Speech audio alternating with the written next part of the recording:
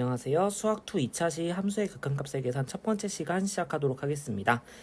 함수의 극한값의 계산 소단원의 내용이 많기 때문에 이쪽 파트를 조금 나누어서 진행할 것 같아요. 그래서 여러분들이 좀 몇 시간 동안에 차근차근 보게 될 것이다 알아두시면 되겠습니다.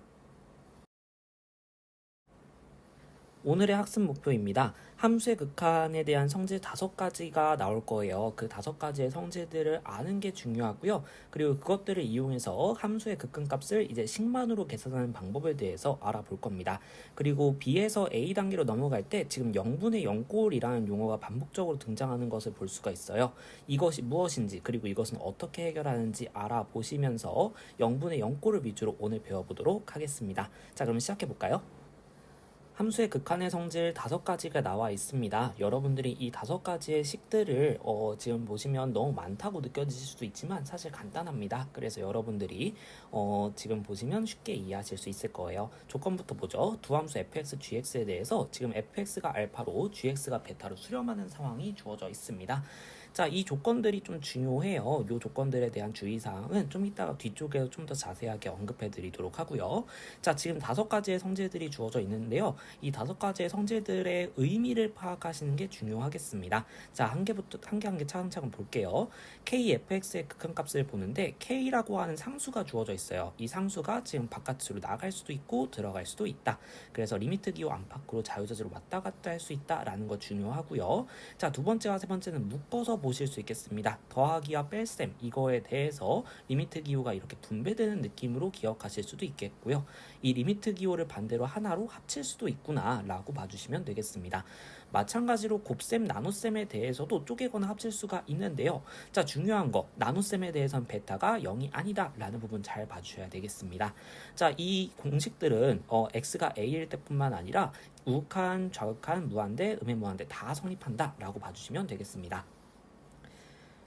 함수의 극한의 성질에 대한 주의사항인데요. 반드시 둘 다 수렴할 때만 사용 가능하다라는 거 중요합니다. 자, 지금 예시 문제를 통해서 확인을 해볼 텐데요. 자, 봤을 때 지금 구하라는 식이 너무 복잡하게 생겨서 가정에서부터 먼저 풀어보겠다라고 하고 접근하는 경우들이 있습니다.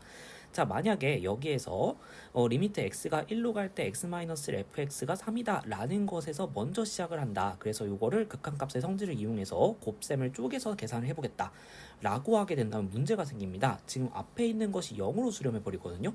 그럼 0 곱하기 3은 0 곱하기 뭐가 3이다 라는 말이 안 되기 때문에 요 fx에 대한 내용이 상당히 애매해져요. 그래서 지금 문제는 이렇게 푸는 게 아니고요. 자, 그럼 우리가 어떻게 접근을 해야 되느냐? 극한의 성질은 둘 다 수렴할 때밖에 쓸 수 없기 때문에 그래서 저 x제곱 마이너스 fx라고 하는 것을 수렴하는 함수들의 곱으로 표현해 주시는 게 무엇보다 중요하겠습니다. 자, 그래서 결론에서부터 시작을 해볼게요. 자, 이 식은 자, 지금 보시면 인수분해가 가능하죠. 그래서 x 플러스 1, x 마이너스 1, fx 이렇게 쪼갰을 때 x 플러스 1은 2로 수렴한다 라는 거 확인할 수 있을 거고요. x 마이너스 fx는 가정에 의해서 3으로 수렴한다 라는 것을 확인하실 수가 있습니다.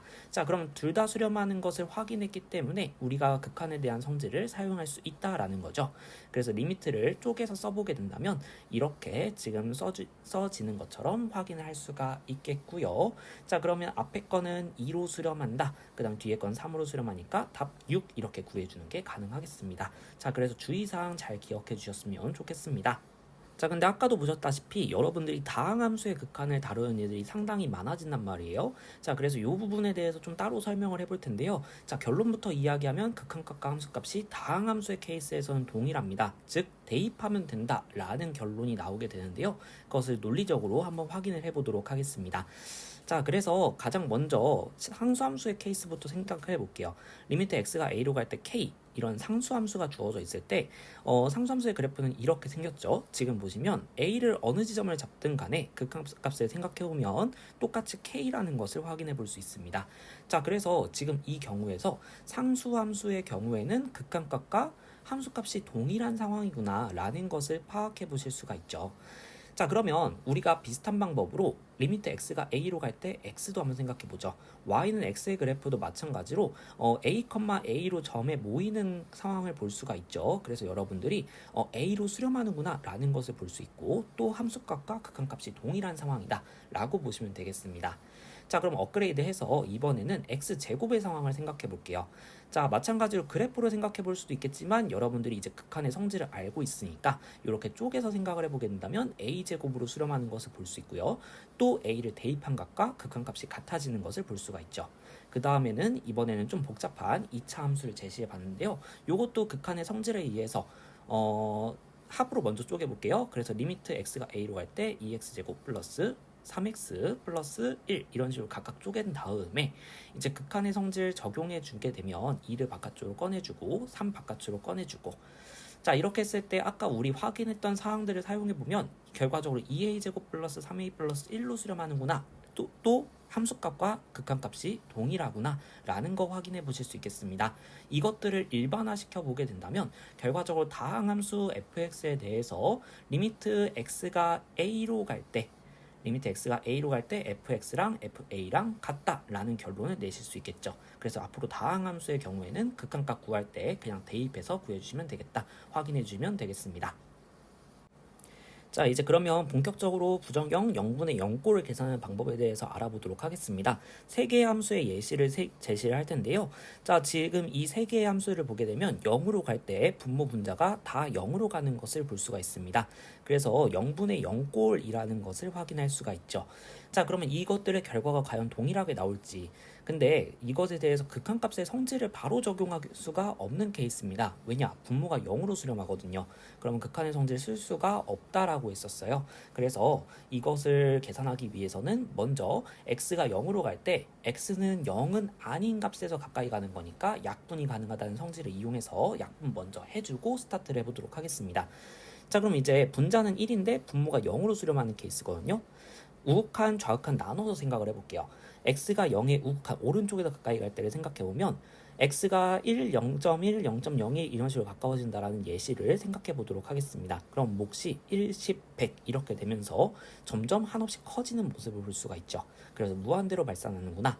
양의 무한대로. 자, 근데 좌극한을 생각해 보면 이런 식으로 되게 되면서 마이너스 1, 마이너스 10, 마이너스 100 이런 식으로 음의 무한대로 발산하는 것을 볼 수가 있어요. 어떤 케이스든 발산하더라 라는 거고요. 자, 그 다음에 이번에는 x분의 x의 사례를 볼 텐데요. 얘는 약분을 해주면 1이 나오게 되면서 극한값도 1이죠. 자, 그래서 수렴하는데 0이 아닌 값으로 수렴하는 케이스가 나오게 됩니다. 자, 그 다음에는 이번엔 x분의 x제곱의 상황을 볼 텐데요. 마찬가지로 약분을 해주면 x가 나오고 극한값 0 나옵니다.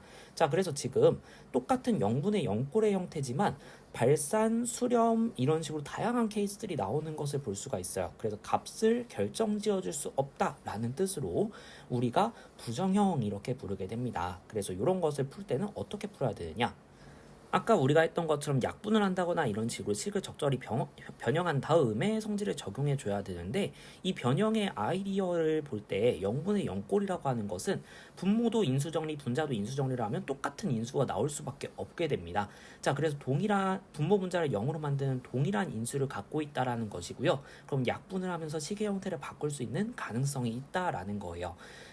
그러면 이 동일한 인수를 찾아주는 방법이 중요한데 인수분해와 유리화가 있다라는 겁니다. 자, 그래서 지금 첫 번째 문제 사례를 보시게 되면 부모 분자를 1을 넣어보게 되면 0이 된다라는 것을 볼 수 있어요. 그래서 0분의 0꼴이고요. 근데 분자가 인수분해가 가능합니다. 인수분해를 해보게 되면 x-1이라고 하는 분모 분자를 0으로 만드는 동일한 인수가 눈에 보입니다. 그래서 약분을 해주게 되면 식의 형태가 리미트 x가 1로 갈 때 x 플러스 2 이렇게 바뀌게 되고 그러면 함수값이랑 극한값이랑 동일하니까 3 이렇게 나오게 됩니다. 자, 근데 두 번째 케이스를 보게 되면요. 지금 마찬가지로 0분의 0꼴이라는 것을 여러분들이 확인해 볼 수가 있어요. 자, 근데 분자에 지금 루트라는 식이 들어있게 되면서 인수를 확인하기가 어려운 케이스죠.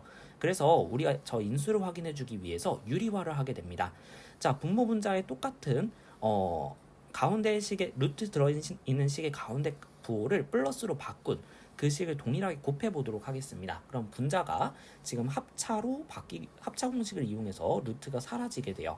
자, 그래서 계산을 해보게 되면 지금 다음과 같이 나오는 것을 볼 수 있고요. 분자를 계산해보면 x-2가 나오게 되면서 0으로 만든 인수가 발견이 되었죠. 약분을 해주면 되겠는데 자, 분자의 극한값을 생각할 때 우리가 y는 루트 x의 사례를 한번 생각해 보도록 하겠습니다. x는 a로 갈 때 마찬가지로 한 점으로 모이는 걸 볼 수가 있고요. 그 점의 좌표가 루트 a, 루트 a이기 때문에 마찬가지로 무리함수도 여러분들이 대입해서 극한값을 구할 수 있다라는 거예요.